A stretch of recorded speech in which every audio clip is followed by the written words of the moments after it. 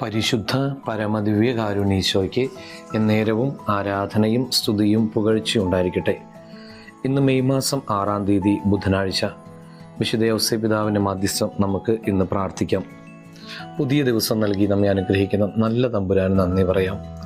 കർത്താവ് ഈ ദിവസം മുഴുവനും കൂടെ ഉണ്ടാകണമേ, ശക്തിപ്പെടുത്തണമേ. ലൂക്കാസ് സുവിശേഷം 17-ാം അധ്യായം 5-ാം വചനം ധ്യാനിക്കാം.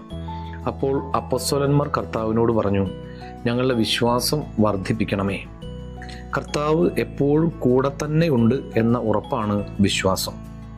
കർത്താവിൻ്റെ നാമത്തിൽ എന്തെങ്കിലും ചെയ്താൽ അത് കർത്താവ് ഏറ്റെടുക്കുമോ എന്നൊരു സംശയം നമ്മിലുണ്ടാകരുത്. കർത്താവിൻ്റെ നാമത്തിൽ എന്തെങ്കിലും ഒരു കാര്യം സംഭവിക്കട്ടെ എന്ന് വിശ്വാസത്തോടെ നാം പറഞ്ഞാൽ പിന്നെ തിരിഞ്ഞു നോക്കാതെ നടക്കാൻ നമുക്ക് പറ്റണം. അത് സംഭവിച്ചിരിക്കും. എന്നാൽ സംശയിച്ച് തിരിഞ്ഞു നോക്കിയാലോ ഒന്നും നടക്കില്ല. കർത്താവെ, അങ്ങ് കൂടെയുണ്ടെന്നുള്ള ശക്തമായ ബോധ്യം ഞങ്ങളിൽ നിറയ്ക്കണമേ എന്ന് പ്രാർത്ഥിക്കുന്നു. എല്ലാവർക്കും നല്ലൊരു ദിവസം ഉണ്ടാകട്ടെ.